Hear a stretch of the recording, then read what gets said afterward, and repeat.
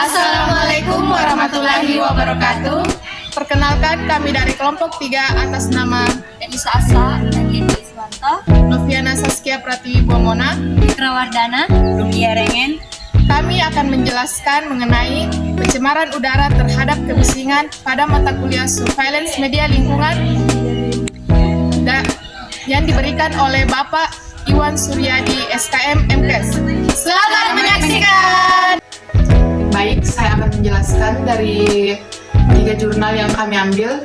Jurnal yang pertama yaitu penelitian menganalisis tingkat kebisingan di area mesin produksi bangsal kayu seberang Kota Jambi dan hubungan dengan kelelahan pada karyawan yang berlokasikan di Kota Jambi, pinggir Sungai Batanghari. Adapun pembahasan yang dibahas yaitu kegiatan perbangsalan kayu menggunakan alat seperti gerinda, sawmill, dan lain-lain. Alat yang digunakan menghasilkan bunyi yang dapat mengenai ke pekerja. Kebisingan juga bersumber dari kegiatan lalu lintas yang padat di sekitar area bangsal kayu. Pemilihan titik sampling berada di sekitar area seberang Kota Jambi dengan titik sampling sebanyak 5 titik. Hasil dari pengambilan data di masing-masing titik sampel terdiri dari beberapa skala interval waktu yang ditetapkan. Skala interval merupakan skala yang membedakan kategori dengan selang atau jarak tertentu dengan jarak antar kategorinya sama. Skala interval tidak memiliki nilai nol mutlak. Dari pembahasan tadi, hasil penelitian yang dapat diambil yaitu pada daerah bangsal kayu terdapat suara bising yang dihasilkan oleh mesin sawmill, bubut, serut, rotor, dan aktivitas jalan raya. Rata-rata kebisingan pada areal bangsal kayu seberang Kota Jambi adalah sebesar 75,20 dBA. Dan untuk pengaruh tingkat kebisingan terhadap kelelahan pada karyawan, metode yang digunakan adalah uji Spearman-Rule dengan menggunakan program SPSS atau Statistical Package for the Social Science. Nilai hasil analisis uji kolerasi Spearman-Rule untuk kelelahan yaitu sebesar 0,628.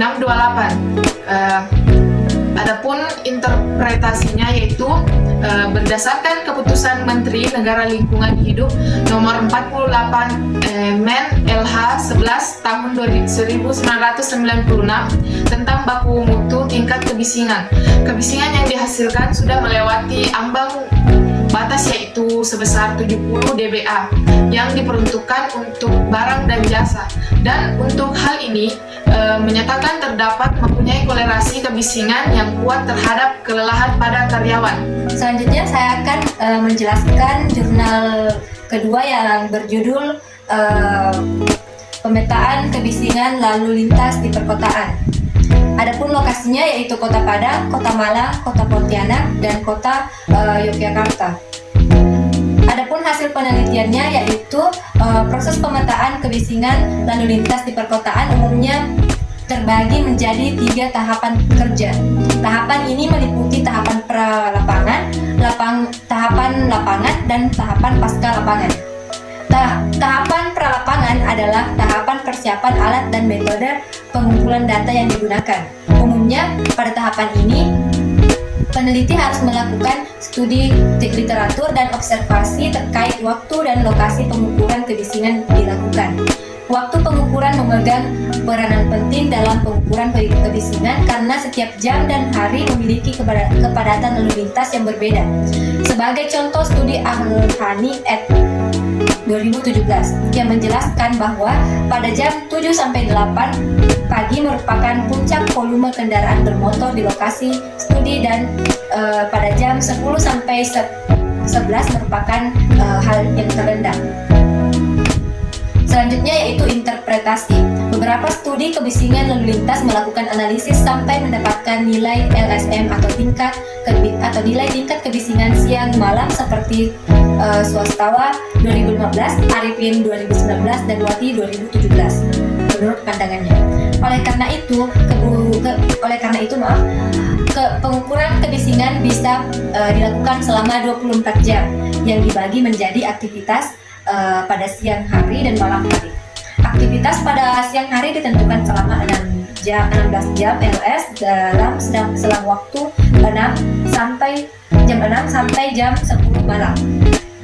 Lalu pada malam hari ditentukan selama 8 jam dalam selang waktu jam 10 malam sampai jam 6 pagi.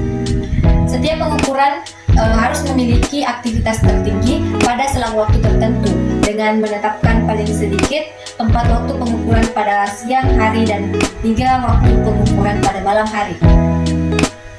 Menurut Gessi 2018, Menteri Negara Lingkungan Hidup tahun 1996. Selanjutnya itu pembahasan.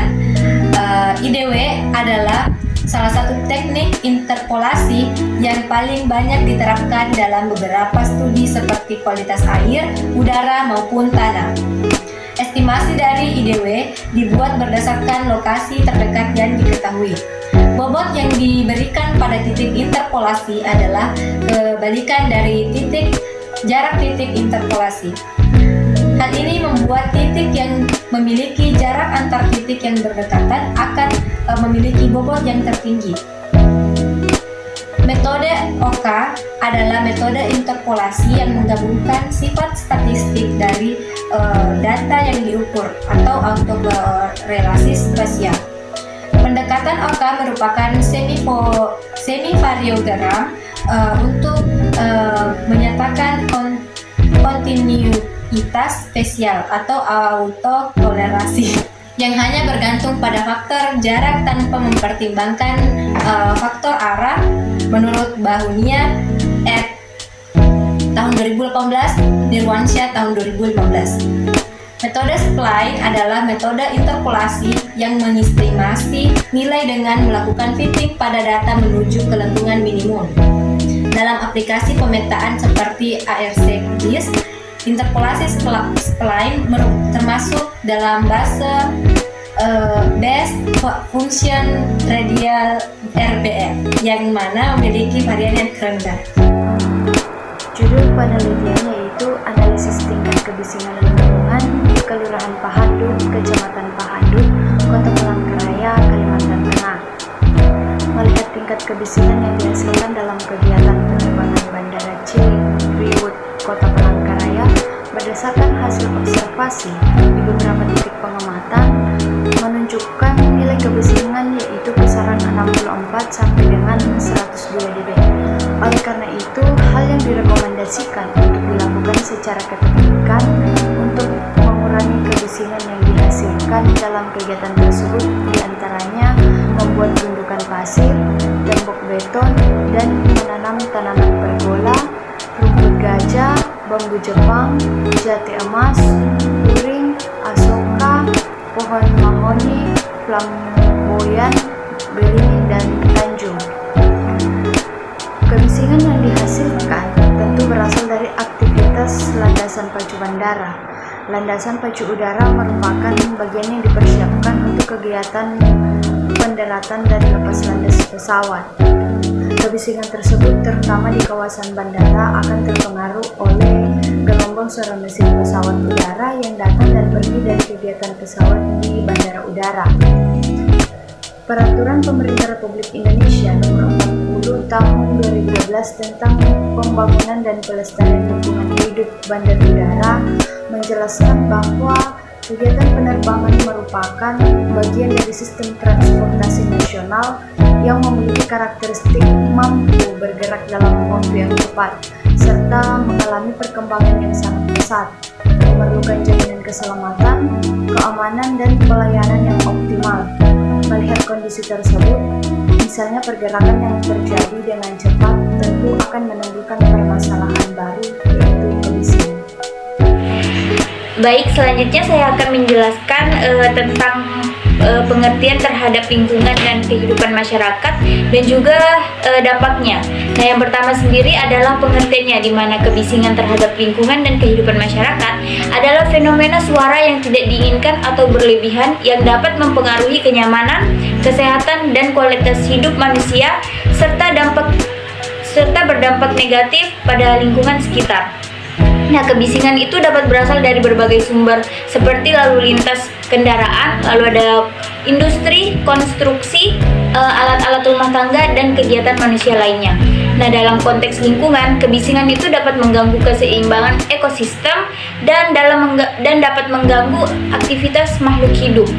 Hewan-hewan liar seperti burung, mamalia, serangga, dan ikan dapat terganggu dalam perilaku mereka seperti berkomunikasi, mencari makan, beristirahat, dan berkembang biak. Kebisingan yang berlebihan itu dapat mengganggu pola migrasi hewan dan mengurangi populasi spesies tertentu. Nah, berikutnya itu adalah dampak dari kebisingan terhadap lingkungan dan kehidupan masyarakat, di mana dampaknya itu dapat bervariasi, termasuk gangguan tidur, peningkatan stres, gangguan pendengaran, penurunan kualitas udara dan air atau akibat perubahan perilaku hewan, dan juga gangguan pada komunikasi. Ini juga itu dapat menyebabkan masalah kesehatan jangka panjang seperti penyakit jantung, gangguan tidur kronis, dan penurunan kualitas hidup secara keseluruhan. Dampak kebisingan terhadap lingkungan dan kehidupan masyarakat dapat beragam. Berikut adalah beberapa dampak secara umum yang terjadi itu ada gangguan pendengaran, gangguan kesehatan, gangguan konsentrasi dan produktivitas, gangguan komunikasi, stres dan ketidaknyamanan, lalu ada gangguan lingkungan, gangguan pada hewan peliharaan. Nah, untuk mengurangi dampak kebisingan, penting untuk mengadopsi tindakan pengendalian kebisingan seperti menggunakan peredam suara, mengatur lalu lintas, mengadopsi teknologi yang lebih ramah lingkungan, dan meningkatkan kesadaran masyarakat tentang pentingnya mengurangi kebisingan yang tidak perlu. Terima kasih. Itulah tadi penjelasan singkat dari materi pencemaran udara terhadap kebisingan. Sekian dari kami. Wassalamualaikum warahmatullahi wabarakatuh.